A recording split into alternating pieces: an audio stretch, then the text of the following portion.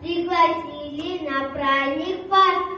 И сегодня мы вас пригласили на наш концерт и праздник небольшой. А праздник называется, конечно, «Прощание с нашей азбукой родной». В тишине постучалась в двери.